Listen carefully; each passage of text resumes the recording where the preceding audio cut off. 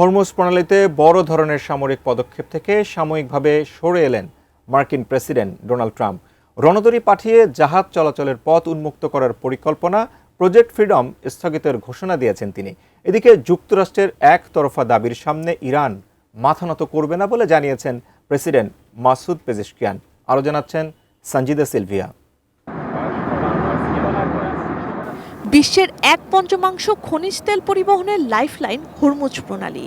এই জলপথে ইরানের অবরোধ ভাঙতে সোমবার থেকে শুরু হয়েছিল মার্কিন সামরিক অভিযান প্রজেক্ট ফ্রিডম। কিন্তু 24 ঘন্টার মাথায় এতে বিরতি দিলেন প্রেসিডেন্ট ডোনাল্ড ট্রাম্প। ট্রুথ সোশ্যালে এক বার্তায় তিনি জানিয়েছেন, পাকিস্তান সহ বেশ কিছু মিত্র দেশের অনুরোধ এবং তেহরানের সাথে আলোচনা টেবিলে অগ্রগতির কারণে এই সিদ্ধান্ত। ওয়াশিংটন এই স্থগিতাদেশকে শান্তির দিকে এক ধাপ এগিয়ে যাওয়া হিসেবে দেখছে। পররাষ্ট্রমন্ত্রী মার্কো রুবিও ইরানকে বাস্তবতা মেনে নিয়ে আলোচনার টেবিলে ফেরার আহ্বান জানিয়েছেন। রুবিও দাবি করেন, যুক্তরাষ্ট্র ইরানের বিরুদ্ধে তাদের সামরিক অভিযানের উদ্দেশ্যগুলো অর্জন করেছে।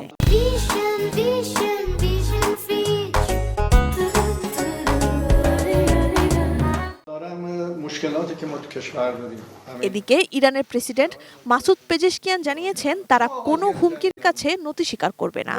এর মধ্যেই সমাধানের খোঁজে চীনের পররাষ্ট্রমন্ত্রী ওয়াং ইং এর সঙ্গে বৈঠক করেছেন ইরানের পররাষ্ট্রমন্ত্রী আব্বাস আরাকচি।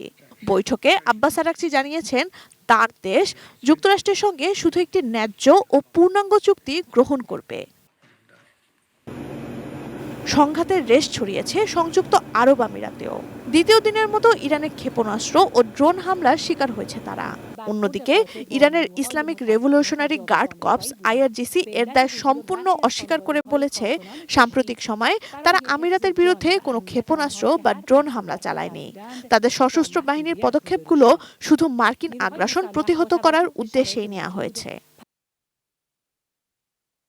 এই উত্তেজনার মধ্যেই বিশ্ববাজারে অপরিশোধিত তেলের দাম ওঠানামা করছে। প্রতি ব্যারেল $108 আশেপাশে রয়েছে। ট্রাম্পের এই স্থগিতাদেশ বড় কোনো যুদ্ধের বিরতি নাকি দীর্ঘস্থায়ী শান্তির সূচনা?